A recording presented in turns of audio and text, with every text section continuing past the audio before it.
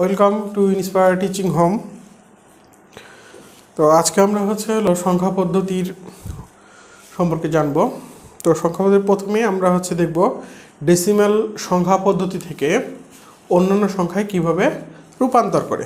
ওকে, প্রথমে আমরা একটা ডেসিমাল সংখ্যা ধরে নিই। সাপোজ একটা ডেসিমাল সংখ্যা হচ্ছে 127.36। ওকে, এই সংখ্যাটাকে এই দশমিক সংখ্যাটাতে আমরা ফার্স্ট কনভার্ট করবো বাইনারি। এখানে আমরা কীভাবে চিনব? দেখো বেস দেখে, এখানে দশমিক সংখ্যার বেস কত? 10, বাইনারি সংখ্যার বেস কত? 2। ওকে, দ্যাট মিনস আমরা এই দশমিক সংখ্যাটা থেকে আমরা কীভাবে বাইনারি সংখ্যা পাবো সেই পদ্ধতিটাই দেখব। ওকে, এখন প্রথমে আমরা কাজ করব, এটা দুইটা স্টেপে আমরা সমাধান করব। ফার্স্ট স্টেপ দশমিকের পূর্বের সংখ্যাটা, পরবর্তী স্টেপ হচ্ছে দশমিকের পরবর্তী সংখ্যাটা। ওকে, তাহলে আমরা আসি পূর্বের সংখ্যায়। ওকে, তাহলে 127। আচ্ছা দেখো তো, আমরা দশমিক থেকে কিসে কনভার্ট করব? বাইনারিতে, যার বেস 2। সো এই সংখ্যাটাকে বারবার আমরা 2 দ্বারা ডিভাইড করব। ওকে, 2 দ্বারা ডিভাইড করলে এই সংখ্যাটা কত আসবে? আমার 50, তোমার 63। ওকে, 63 আসবে। এখন দেখো 2 ইন্টু 63, 2 ইন্টু 63 কত আসে আমার? 2 ইন্টু 63, হাতে আসে 126, কিন্তু আমার এখানে আছে কত? 127। দ্যাট মিনস আমার হাতে কত আছে? হাতে এই যে 1 আছে। তোমরা আবার মনে করো না 63 থেকে এটা আবার বিয়োগ, কখনোই না। হ্যাঁ, এটা মানে বুঝাইতেছে হাতে আমার 1 আছে। ওকে, দেন আবার আমি 2 দ্বারা ভাগ করব। 2 দ্বারা ভাগ করলে কত থাকবে? আমার 31। আচ্ছা, 31, 2 ইন্টু 31 কত হয়? ইকুয়াল হচ্ছে 62। ওকে, তাহলে 62 হয়। আমার এখানে ছিল কত? 63। দ্যাট মিনস এখানেও তাহলে হাতে 1 আছে। আচ্ছা, আবার আমরা 2 দ্বারা ডিভাইড করব। 2 দ্বারা ডিভাইড করলে এখানে কত থাকে আমার? এখানে থাকে 15। অ্যান্ড 15 দ্বিগুণে কত হয়? 30। কিন্তু হাতে আমার এখানে কত ছিল? আমার 31। তাহলে হাতে কি আছে? এখন 1 আছে। ওকে, আবার এটাকে আমরা 2 দ্বারা ডিভাইড করব। 2 দ্বারা ডিভাইড করলে কত হয়? আমার 7 দুগুণে 14। তাহলে 7, হাতে কি থাকবে? 1 থাকবে। আচ্ছা, আমরা কখনোই বেশি নিব না। দেখো 8, যদি এখানে 8 নিতাম তাহলে কত হয়ে যেত? 16 বেশি হয়ে যায়। আমরা হয় ছোটো নিব, নাহলে ওইটা সমান নিব। আচ্ছা, তাহলে আবার 2 দ্বারা ডিভাইড করব আমরা। তাহলে কত হবে? তোমার 3 দুগুণে 6। তাহলে আবার কি থাকবে? হাতে 1 থাকবে। আবার এটা কি করব আমরা? আবার 2 দ্বারা ভাগ করব। 2 1 কে 2, হাতে থাকে 1। আবার 2 দ্বারা ডিভাইড করব। এখন দেখো 1কে তো আর 2 দ্বারা কখনোই ভাগ দেওয়া সম্ভব না। হ্যাঁ, ওই সংখ্যাকে তখনই ভাগ দেওয়া সম্ভব যখন যে সংখ্যা দ্বারা ভাগ দিতেছি সেই সংখ্যার চাইতে ওই সংখ্যাটা কি হবে? বড় হবে। সেহেতু 1কে কখনোই 2 দ্বারা ভাগ দেওয়া সম্ভব না, কারণ 1 কি হয়ে গেছে? 2 এর চাইতে ছোট হয়ে গেছে। যেহেতু ভাগ দেওয়া যাবে না, তাই এখানে কি থাকবে? 0 থাকবে। হাতে আমার কত থাকবে? এখানে এই হাতের একটা চলে গেল। তো খেয়াল রাখবা, যখনই আমার এই জায়গায় 0 চলে আসবে, প্রথমে যখনই 0 চলে আসবে অঙ্ক তখনই শেষ, আর করা লাগবে না। আমার টার্গেটই হয়েছে কি? শেষে 0 নিয়ে আসা। আচ্ছা, যেহেতু 0 চলে আসছে, আমার অঙ্ক করা শেষ। ওকে, এখন কি করব? আমি সংখ্যাটাকে এই যে নিচ থেকে উপর পর্যন্ত সুন্দর করে সাজিয়ে লিখব। তাহলে অতএব আমি লিখতে পারি 127 ইকুয়ালস টু 10 ইকুয়ালস টু, নিচ থেকে আমরা উপর পর্যন্ত সাজিয়ে লিখব।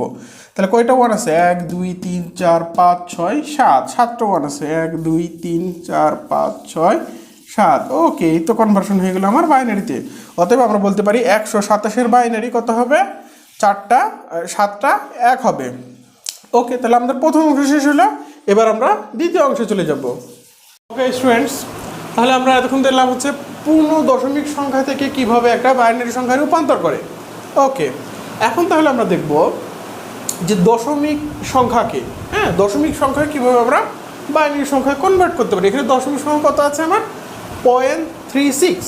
ওকে, তাহলে এইভাবে আমরা একটা চার্জ করবো যে 0.36, এই দিকে লিখবো আমরা পূর্ণ সংখ্যা, ওই দিকে লিখবো আমরা ভগ্নাংশ সংখ্যা, বা দশমিক সংখ্যাও দিতে পারো তোমরা চাইলে। দশমিক সংখ্যা। ওকে, এখন এই সংখ্যাটাকে আমরা কত দ্বারা গুণ দিব?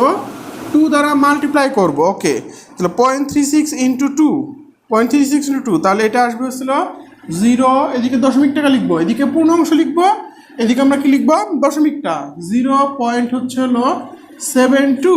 ওকে, এখন তাহলে পয়েন্ট, এরপর আসছে কত, 0.72 ইন্টু হচ্ছে টু। তোমরা আমার সাথে একটু গুণটা করে ফেলো, 0.72 ইন্টু হচ্ছে টু, কত আসে এটা, 1.44। ওকে, তাহলে ওই সংখ্যাটাকে যেটা পাইলাম তারপরে দশমিক সংখ্যা, ওইটাকে এখন আবার টু দ্বারা আমরা গুণ করবো। ওকে, তাহলে পয়েন্ট হচ্ছে হলো 44 ইন্টু হচ্ছে টু।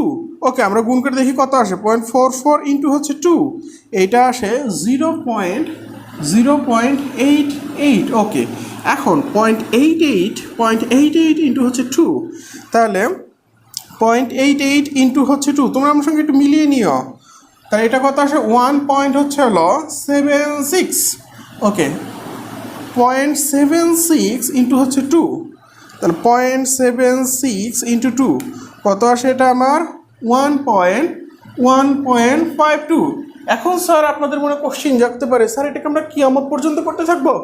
না, এটা আমরা কিয়ামত পর্যন্ত করতে যাব না, আমরা সর্বোচ্চ 5টা করব। হ্যাঁ, আচ্ছা, সর্বোচ্চ 5টা করব। এখন অলরেডি আমাদের 5টা হয়ে গেছে, সর্বোচ্চ 5টা, এর বেশি না, 5টা হয়ে গেছে। তাহলে আমরা কী করবো, এখানে স্টপ। তাহলে এই সংখ্যাটা কী হবে, আগে কী করছিলাম স্যার, দশমিক সংখ্যা মানে দশমিকের পূর্বের যে সংখ্যাটা ছিল ওটা নিচ থেকে উপর পর্যন্ত সাজিয়ে লিখছি, এখন তার উল্টা হবে।